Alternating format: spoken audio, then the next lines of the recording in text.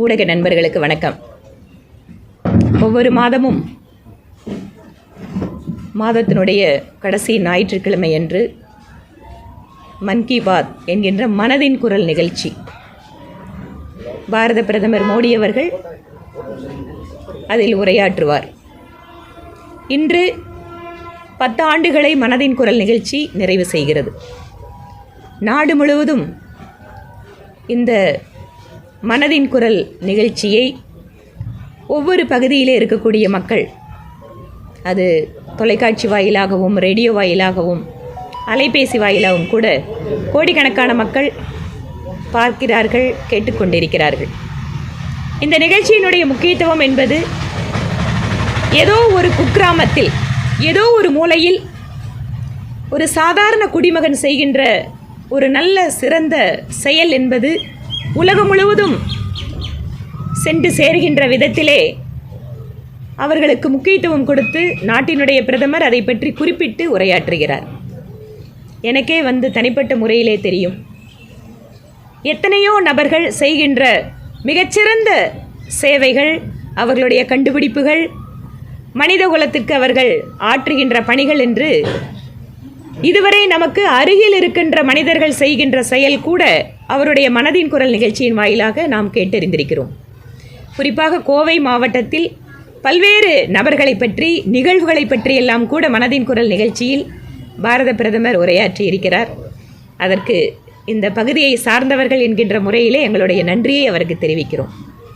நானே பல்வேறு முறை மிகச்சிறந்த செயல்களை செய்தவர்களை பற்றியெல்லாம் பிரதமருடைய அலுவலகத்திற்கு அனுப்பியிருக்கிறேன். அதை பற்றி அவர் குறிப்பிட்டும் பேசியிருக்கிறார். இன்று மனதின் குரல் நிகழ்ச்சியோடு கூட பாரதிய ஜனதா கட்சி உறுப்பினர் சேர்க்கையினுடைய அந்த பணிகளை இன்று ஒரு சிறப்பு தினமாக எடுத்துக்கொண்டு மனதின் குரல் நிகழ்ச்சியை கேட்கின்றவர்கள், புதிதாக கட்சியில் இணைகின்றவர்களுக்கெல்லாம் சிறப்பான நிகழ்ச்சிகளை ஏற்பாடு செய்திருக்கிறார்கள்.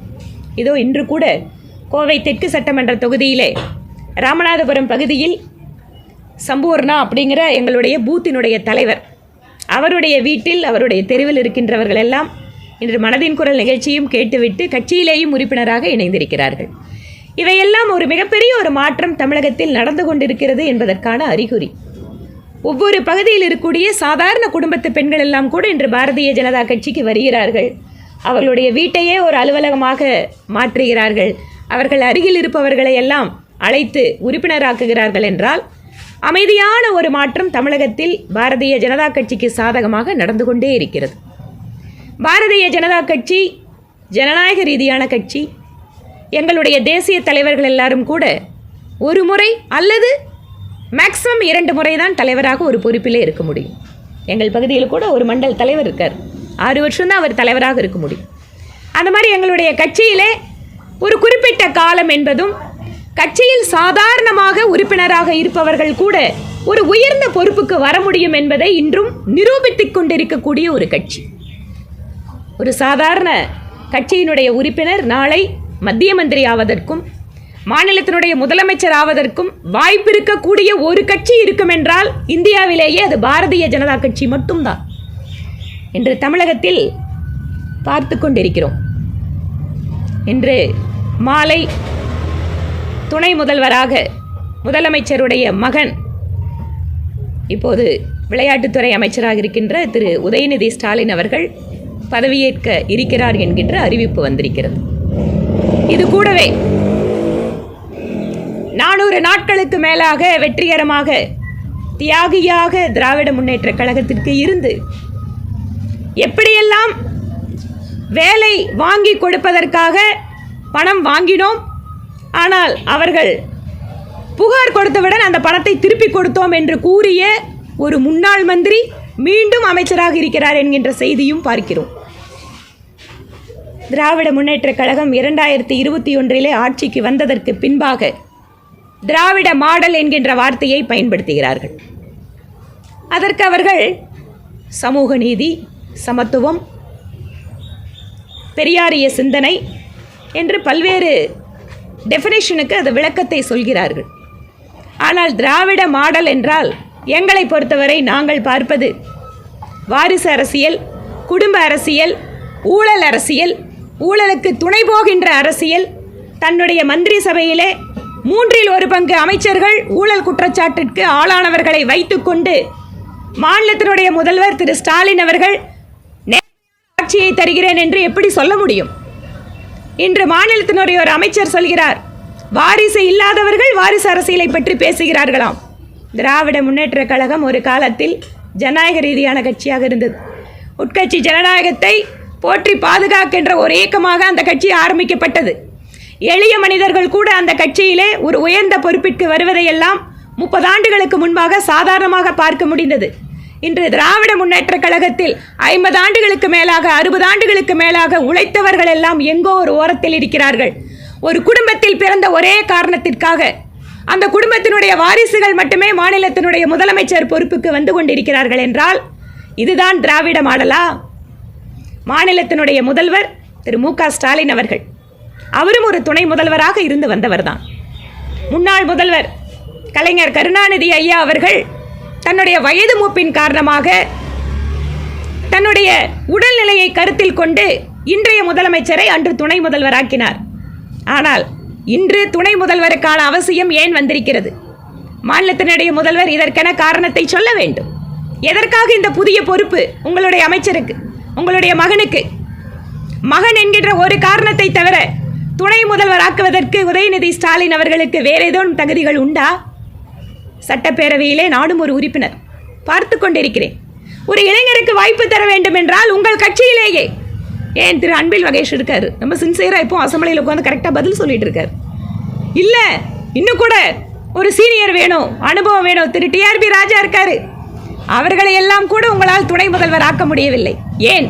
எல்லாவற்றிற்கும் மேலாக தமிழகத்திலே பட்டியலினத்தை சார்ந்த மக்கள், இத்தனை கோடி மக்கள் இருக்கிறார்களே, உங்களுடைய திராவிட மாடல் ஆட்சியிலே ஒரு பட்டியலினத்தை சார்ந்தவருக்கு துணை முதல்வர் பதவியை கொடுக்க மறுப்பது ஏன்?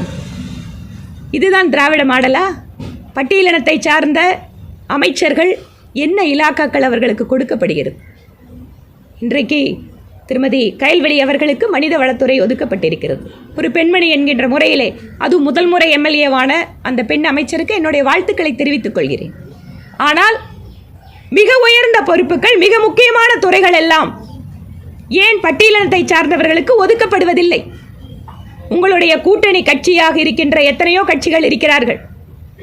தேர்தலிலே திராவிட முன்னேற்ற கழகத்தினுடைய கூட்டணியில் இருக்கின்ற அந்த கட்சிகளுக்கு அதிகாரத்தில் பங்கு இல்லையா? பாரதிய ஜனதா கட்சி அரசாங்கம் 2019 ஆட்சிக்கு வந்தபோது எங்களுக்கு தனிப்பெரும்பான்மை இருந்தது. ஆனாலும் கூட எங்கள் கூட்டணி கட்சியில் இருக்கக்கூடிய கட்சியினுடைய தலைவர்களை எல்லாம் மத்திய அமைச்சரவையிலே இடம் கொடுத்து இது அனைவருக்குமான அரசாங்கம் என்று காட்டினார் பிரதமர் மோடி அவர்கள். சமத்துவம், சமூக நீதி இவற்றையெல்லாம் குழி தோண்டி புதைத்துவிட்டு திராவிட மாடல் என்கின்ற ஒற்றை சொல்லிலே திராவிட முன்னேற்ற கழக அரசாங்கத்தினுடைய தவறுகளையும் தோல்விகளையும் மறைப்பதற்காக இன்று புதிய அமைச்சர்கள் என்கின்ற பெயரிலே திராவிட முன்னேற்ற கழகத்தினுடைய அரசு மக்களை ஏமாற்றுவதற்காக ஒரு நாடகத்தை செய்து கொண்டிருக்கிறார்கள். இந்த தமிழகத்து மக்கள் வரக்கூடிய காலத்தில் திராவிட மாடல் அரசுக்கு எதிராக தங்களுடைய எண்ணத்தை, செயல்பாடுகளை வலுவாக்குவதற்கு பாரதிய ஜனதா கட்சி தொடர்ச்சியாக இதை பற்றியெல்லாம் பிரச்சாரம் மேற்கொள்வோம். தமிழகம் என்பது இந்தியாவிலேயே அதிகமான கல்வி அறிவு பெற்ற மாநிலம், மிகச்சிறந்த தொழில்துறையை பெற்றிருக்கின்ற மாநிலம். இதற்கெல்லாம் பல்வேறு வரலாற்று காரணங்களும் உண்டு. சமூக சீர்திருத்த பெரியோர்கள் நூற்றாண்டுகளாக இந்த மண்ணிலே இருந்து பணி செய்தார்கள். அதனுடைய பலனையெல்லாம் தமிழகம் அனுபவித்துக் கொண்டிருக்கிறது. ஆனால் அரசியல் ரீதியாக பார்த்தால் தொடர்ச்சியாக இம்மாதிரியான குடும்ப அரசியலுக்கு அந்த கட்சியிலே புதிதாக சேர்கின்ற இளைஞருக்கு எந்த வாய்ப்பும் கிடையாது. இன்று மாநிலத்தினுடைய சுகாதாரத்துறை அமைச்சர் திரு மா சுப்பிரமணியம் அவர்கள் சொல்கிறாரே, வாரிசு இல்லாதவர்கள் வாரிசு அரசியலை பற்றி பேசுகிறார்கள் என்று. அப்போது திராவிட முன்னேற்ற கழகத்திற்கும் ஜனநாயகத்திற்கும் என்ன சம்பந்தம்? வாரிசு அரசியல் தான் இருக்கும் என்றால் உங்கள் கட்சியிலே ஜனநாயகம் இருக்கிறதா? புதிதாக சேர்கின்ற இளைஞர்களுக்கு நீங்கள் சொல்கின்ற செய்தி என்ன? மாவட்ட செயலாளரோட பையன் எம்பி ஆகலாம், திரும்பவும் அமைச்சராகலாம். மாநிலத்திலே ஒரு முதல் குடும்பத்தை சார்ந்தவர்கள் முக்கியமான பொறுப்பிற்கு வரலாம். சாதாரண எளிய தொண்டர்கள் எப்போதும் எளிய தொண்டர்களாக இருக்க வேண்டும் என்பதுதான் அமைச்சர் சொல்கின்ற நீதியா? பாரதிய ஜனதா கட்சி தொடர்ச்சியாக குடும்ப அரசியலுக்கும் ஊழல் அரசியலுக்கும் எதிராக மக்களிடையே எங்களுடைய கருத்துக்களை நாங்கள் எடுத்துச் சொல்வோம். இதுவரை சிறையிலே இருந்த ஒருவர் நிபந்தனை ஜாமீனில் வெளிவந்திருக்கிறார். இந்த மாதிரி இன்னும் கூட அமைச்சர்கள் எல்லாம் இருக்காங்க டிஎம்கே கவர்மெண்ட்ல. ஜாமீன் அமைச்சர்களை வைத்துக்கொண்டு ஆட்சி நடத்துகின்ற ஒரு முதலமைச்சர் எப்படி நேர்மையான ஆட்சியை தமிழகத்தில் கொடுக்க முடியும்? 1/3 of the ministers they are facing the corrupt charges. So மாநிலத்தினுடைய முதல்வர் தமிழக மக்களுக்கு இதைவிட பெரிய துரோகத்தை செய்ய முடியாது. நேற்று வரை குற்றவாளியாக சிறையிலே இருந்த ஒருவர் இன்று மாநிலத்தினுடைய ஒரு அமைச்சராக மாறுகிறார் என்றால் அவருக்கு எதிராக புகார் அளித்தவர்கள் எப்படி நியாயமாக அந்த விசாரணைக்கு ஒத்துழைப்பார்கள்? எப்படி பயமின்றி நீதிமன்றத்துக்கு வந்து பேசுவார்கள்? இவற்றிற்கெல்லாம் மக்களுடைய இந்த எண்ணங்களுக்கெல்லாம் மாநிலத்தினுடைய முதலமைச்சர் பதிலளிக்க வேண்டும். உங்களுக்கு விசுவாசமாக இருக்கிறார், உங்கள் குடும்பத்திற்கு தேவையானவற்றை செய்து தருகிறார் என்பதற்காக சாதாரண ஒரு இளைஞர்கள் அரசு வேலை பெறுவதற்காக அவர்களிடம் பணம் வாங்கிக் கொண்டு ஒரு குற்றவாளியாக இருக்கக்கூடிய நபர் நிபந்தனை ஜாமீனில் வந்தவுடன் அவரை அமைச்சராக்கி அழகு பார்ப்பீர்களா? அவருக்கு தியாகி பட்டம் சூட்டுவீர்களா? இதுதான் உங்களுடைய திராவிட மாடல் அரசாங்கமா? எங்களுடைய இந்த கேள்விகளை எல்லாம் மக்கள் முன்பாக நாங்கள் எடுத்துச் செல்வோம். பாஜக வந்து செல்லா காசி ஆகிவிட்டது, அதனால அதுக்கெல்லாம் பதில் சொல்ல தேவையில்லைன்னு சொல்லிட்டு அமைச்சர் சேகர் பாபு தெரிவிச்சிருக்காரு.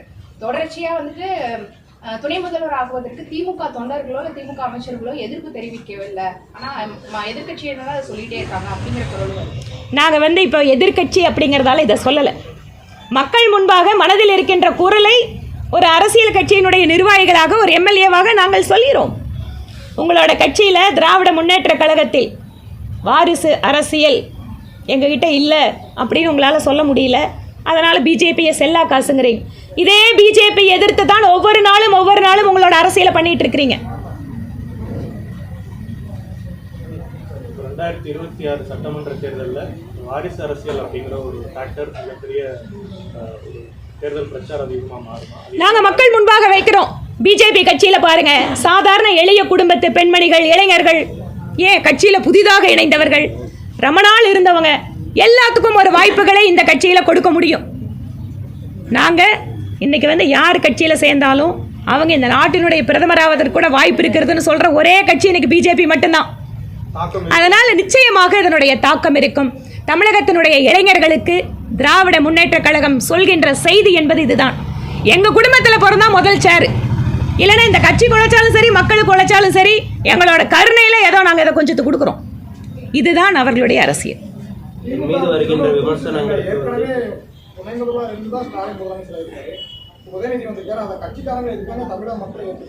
கட்சிக்காரங்க ஏற்றிருக்காங்க, தமிழக மக்கள் ஏற்றிருக்காங்கன்னு எப்படி சொல்ல முடியும்? Correct. I am not denying his prerogative in appointing his ministerial colleagues. I am not disputing that. But நாங்கள் மாறலாம் ஒரு கொஸ்டின் உங்கள் முன்னால் வைக்கிறோம். அதே கட்சியில் உங்கள் பக்கத்தில் 50 வருஷத்துக்கு மேலே எம்எல்ஏவாக இருக்கின்ற, அமைச்சராக இருக்கின்ற திரு துரைமுருகன் அவர்களுக்கு இல்லாத ஒரு தகுதி திரு உதயநிதி ஸ்டாலின் அவர்களுக்கு வந்திருக்கு. இல்லை அந்த கட்சியில் நீண்ட வருடங்கள் அனுபவம் அல்லது பணி செய்தது, இந்த மாதிரி எந்த தகுதியின் அடிப்படையில் அவர் துணை முதல்வர் ஆக்குகிறார் என்கின்ற மக்களுடைய கேள்வியை நாங்கள் வைக்கிறோம். அதனால தான் சொல்கிறேன், இந்த அரேபியன் கண்ட்ரீஸ்லாம் குதிரை பந்தயம் நடக்கும். அங்கே குதிரையை ஓட்டி அந்த பந்தயத்தில் வரும்போது முதல் குதிரை அப்படிங்கிறது ராஜாவோட குதிரையாக தான் இருக்கணுமா. அந்த முதல் குதிரையை தாண்டி வேறு யாராவது குதிரை போனால் கூட இழுத்து பிடிச்சிக்கணுமா. ஏன்னா முதல் குதிரை ராஜாவோட குதிரையாக இருக்கணும் அந்த காலத்தில். இப்போ என்ன மாறி இருக்குன்னு எனக்கு தெரியல, நான் படித்ததை சொல்கிறேன். அந்த மாதிரி இங்கே முதலமைச்சர், துணை முதலமைச்சர் அப்படிங்கிறது எல்லாமே ஒரு குடும்பத்திற்கு சார்ந்ததாக இருக்கிறது. அதனால் இது குடும்ப அரசியல், இது வாரிசு அரசியல் அப்படின்னு நாங்கள் சொல்கிறோம். இங்க பாருங்க, இது தகுதி அப்படிங்கிற அடிப்படையில் அல்ல. தகுதி அப்படிங்கிறத தாண்டி அங்க மகன் என்கின்ற தகுதி முக்கியத்துவம் பெறுகிறது. அதனால் அதை சொல்றேன். என் மீது வரும் விமர்சனங்களுக்கு என் பணி மூலம் நான் பதில் சொல்வேன் அப்படின்னு சொல்லிட்டு உதயநிதி சொல்லியிருக்கேன். செய்யட்டும், பணி செய்கிறார். மக்கள் அதை வந்து அதுக்கு அவங்க வந்து என்ன மாதிரி பதிலளிக்கிறாங்க அப்படிங்கிறத பார்ப்போம். இல்லை, தப்புன்னு நான் சொல்ல வரல. நான் again I am reiterating, Chief Minister is having every right to appoint his ministerial colleagues. I am not disputing his right. But morally, I am asking the question whether he is right in appointing his son as a deputy CM, since his ministerial colleagues are having a very long experience in the party as well as the government, why that opportunity is being denied to his party members, senior members, and as well to the alliance partners? That too, more importantly, what I am asking him, why you are denying a deputy CM position to any scheduled or scheduled tribe members? Because scheduled community people in Tamil Nadu, they are around 25% to 30%. Why they are not ready to give that position, important position, to the scheduled community? Even some of his alliance partners are there.